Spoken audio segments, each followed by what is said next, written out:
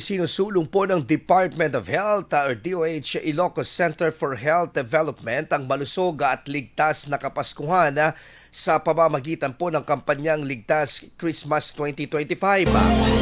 Binigyang din po ng ahensya ang kahalagahan po ng pagpili ng masusustansyang mga pagkain, wastong paghawak ng pagkain at pagsunod sa food safety standards upang maging ligtas at masaya ang Kapaskuhan para sa lahat. Pinayuhan din ang mga pamilya na maging maingat sa pagpili ng pagkain upang maiwasan ang lifestyle-related diseases na karaniwang nauugnay sa labis na pagkain sa mga handaan.